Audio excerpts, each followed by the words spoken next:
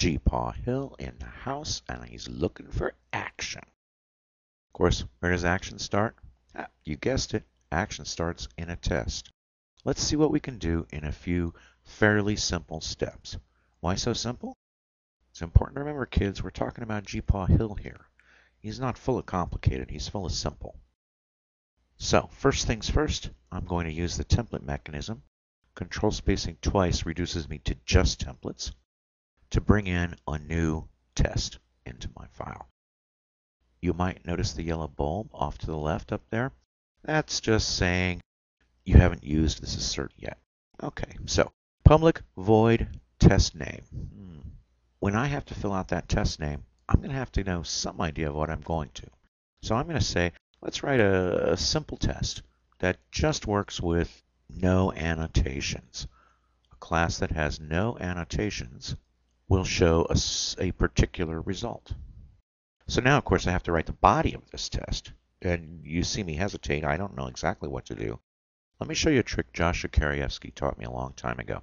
It's called assert first, and it works like this. When you have no idea what to do, try asserting something inside your test. It seems to me that if there are no annotations, then the size of the list that comes back from our function is probably going to be 0. Now, I could probably spend a bunch of time working out what those things are, but I'd probably mess it up. So what I'm going to do is say, evaluate with a new builder, and we want a no annotations class. And then the last little bit of this is to say, when we return from that, we want the size. Okay, everybody with me on this so far? Now, I still have some missing problems. I need a class no annotations, but I don't want to build it as a separate class. There's probably a clever way to do this, but I couldn't find it in a few seconds glance, so I don't have it. But here we go. Private class, better make it static, no annotations. Open, close. Don't need a single method in there. Looks good. Now, what about this guy? He says, you want to make a method? Sure, I do. What's that method going to return? An annotation validation configuration builder. So let me zip up to the top because that's too much to type. Control C, Control V. There we are. Get the builder. How do we make a builder? Well, we're going to return a new something. Let's see. Oh, yes. Now, when I look at this guy, I see that he actually has a constructor that takes an argument of type validator factory. I don't want to deal with that right now, so I'm just going to say no. If it messes us up, it'll certainly come out in the wash when we try to run the test. So assert equals, now I only have one more function left, and that's the evaluation function. Given a builder and a class, I'm going to change this guy to be whatever our process guy returns, the list of validator configs, like so. Evaluate this very long guy builder. This guy's okay. Let's see. This guy's okay. One minor thing, I'm going to go with the standard of class. Most people who say class want that. And by the way, it's not actually a class of no annotations. It's a class of type question mark, because this thing evaluates all sorts of classes. So what do I want to do in here? Let's take the builder. Let's call build annotation class validator. Let's pass class. And we want to return that whole thing. Let's see what we got here. What happens if I try to run this? Anybody got any guesses? Look at that. If you run it on a class that doesn't have any annotations, it doesn't return any validator configs for it, which makes sense, of course. But now it begs immediately for the next test.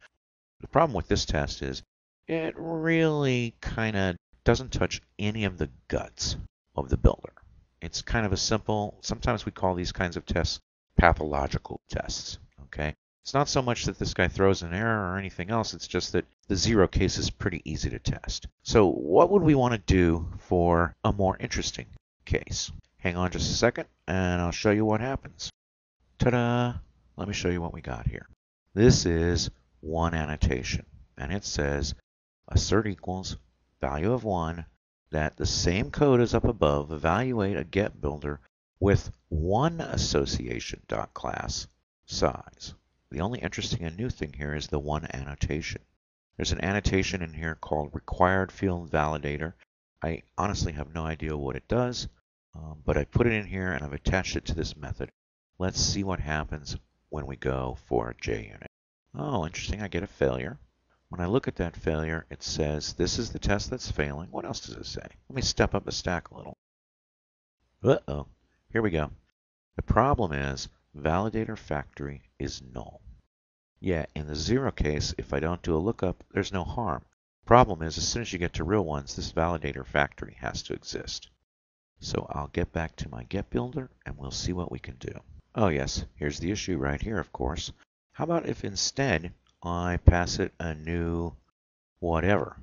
Oh, I see. Default validator factory is the right guy because validator factory is a pure interface. So if I want to make this guy, looks like he takes some arguments.